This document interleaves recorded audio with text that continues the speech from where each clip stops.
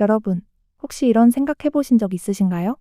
열심히 벌고, 아끼고, 모으는데도 이상하게 돈이 모이지 않고 집안 살림은 자꾸만 마르는 느낌? 마치 어디선가 복이 새어나가는 것 같은 기분 경험해 보신 적 있으시죠? 그런데 말입니다. 여러분 집안의 돈길을 막고 있던 걸 열어줄 열쇠가 이미 여러분 집 부엌 한쪽에 조용히 놓여 있다는 사실 믿으시겠습니까? 그건 다름 아닌 쌀 한 줌입니다. 네, 맞습니다. 매일 밥 짓고 국 끓이고 김밥 싸 먹을 때 쓰는 그 흔한 쌀 한 줌. 바로 그 쌀이 집안의 재물운을 불러들이고 풍요를 붙잡아두는 강력한 부적이 될 수 있다는 거죠. 오늘은 이 쌀 한 줌에 담긴 놀라운 힘, 그리고 그것을 어디에 두어야 돈복이 끊이지 않는지 옛날 민속의 지혜와 풍수의 비밀을 통해 풀어드리겠습니다.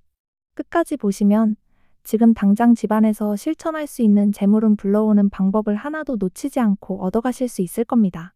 쌀의 상징. 쌀은 단순히 밥을 짓는 음식 재료가 아닙니다. 동양에서 쌀은 곧 생명, 풍요, 복 그 자체였습니다.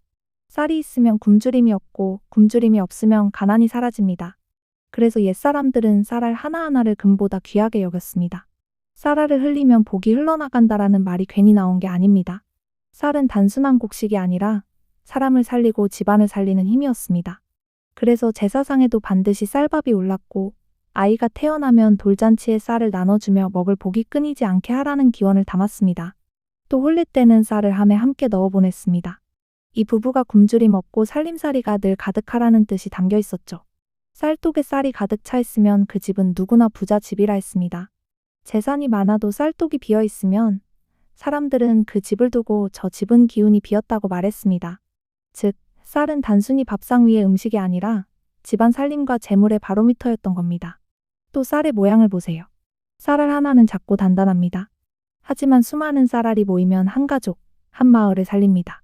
이처럼 쌀은 작은 힘이 모여 큰 복으로 바뀌는 상징이기도 합니다. 그래서 옛사람들은 쌀독이 차오르는 걸 보며 마음이 든든했고 쌀독이 비어가는 걸 보며 불안해했습니다. 쌀독은 곧 집안의 재물창고, 운명의 그릇 같은 것이었습니다.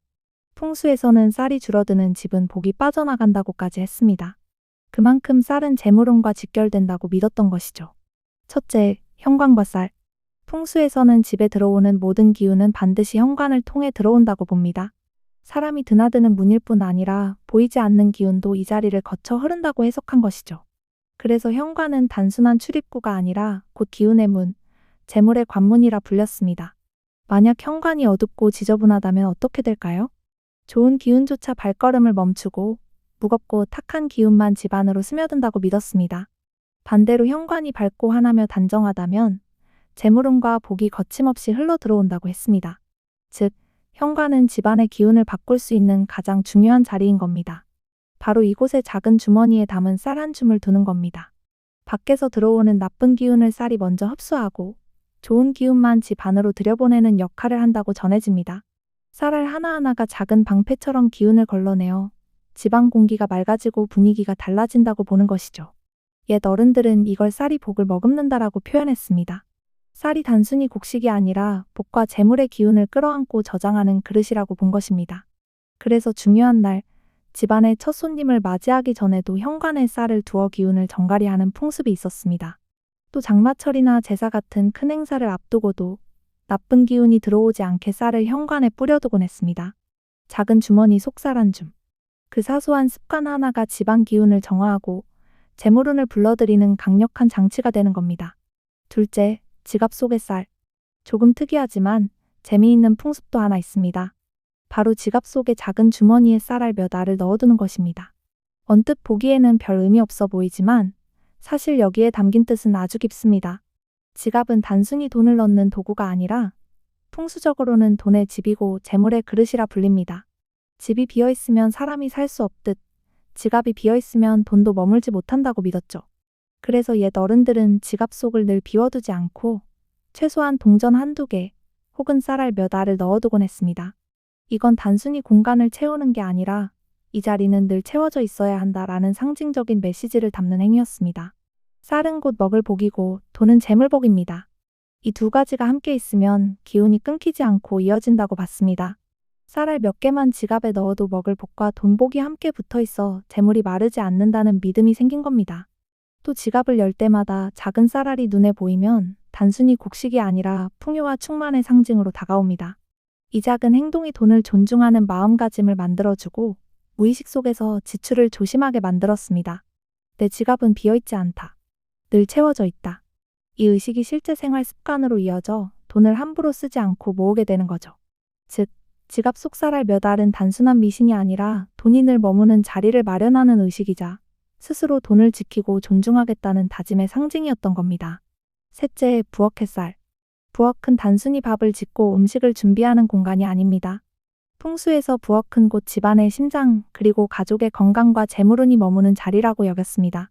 불이 꺼지지 않고 쌀이 마르지 않는 집은 늘 풍요로웠고, 반대로 부엌이 텅 비고 쌀독이 비면 집안의 기운도 메말라간다고 믿었습니다. 그래서 옛 어른들은 늘 쌀독이 반쯤은 차 있어야 집안 살림이 끊기지 않는다고 말했습니다.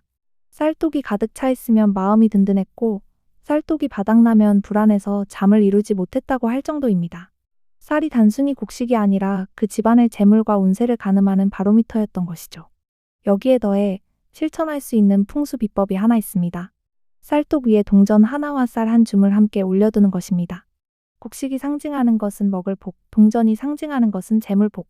이 두 가지를 함께 두면 살림살이가 마르지 않고 늘 이어진다고 믿었습니다. 실제로 옛날에는 쌀독에 쌀을 퍼넣으면서 밥줄도 끊기지 말고 돈줄도 마르지 말아라는 소망을 빌곤 했습니다. 쌀 위에 동전을 올려두는 행위는 단순한 미신이 아니라 가족의 건강과 재물이 동시에 흘러가길 바라는 의식이었던 겁니다. 또 부엌은 집안에서 가장 살아있는 공간이라 불렸습니다. 아침마다 불을 지피고 밥을 짓는 그 불길에 집안의 하루운이 담긴다고 보았기 때문입니다. 그래서 이 자리에 쌀과 동전을 함께 두는 것은 오늘도 우리 집의 살림과 재물이 따뜻하게 이어진다는 다짐과 같았습니다. 작은 쌀 한 줌과 동전 하나. 이 소박한 조합이 집안의 기운을 살리고 살림을 지켜주는 풍요의 상징이 되는 것입니다. 민속 이야기. 실제로 옛날에는 새 집으로 이사를 할 때 가장 먼저 짐을 들여놓는 물건이 가구도 의복도 아니었습니다.